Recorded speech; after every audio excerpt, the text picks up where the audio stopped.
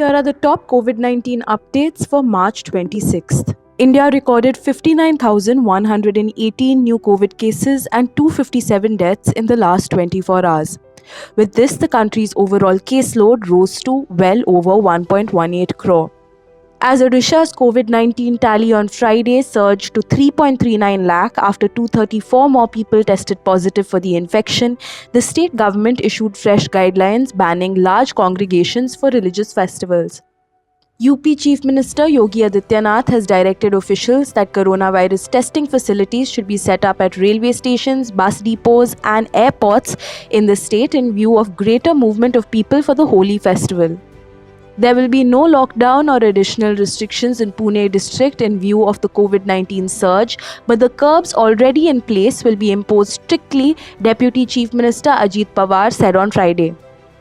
The Chhattisgarh government has increased from Rs 100 to Rs 500 the amount of penalty for not wearing face masks to ensure strict implementation of coronavirus guidelines. More than 125 million people have been infected by COVID-19 worldwide, while the death toll presently stands at well over 2.75 million.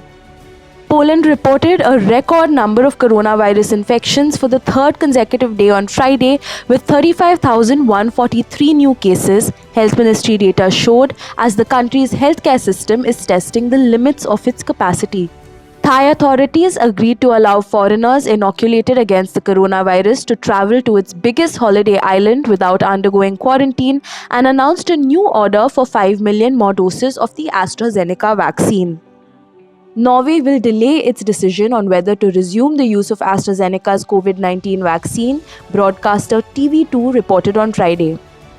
Brazil registered a record 100,158 new coronavirus cases within 24 hours, the health ministry said, underlining the scale of a snowballing outbreak that is becoming a major political crisis for the country's president.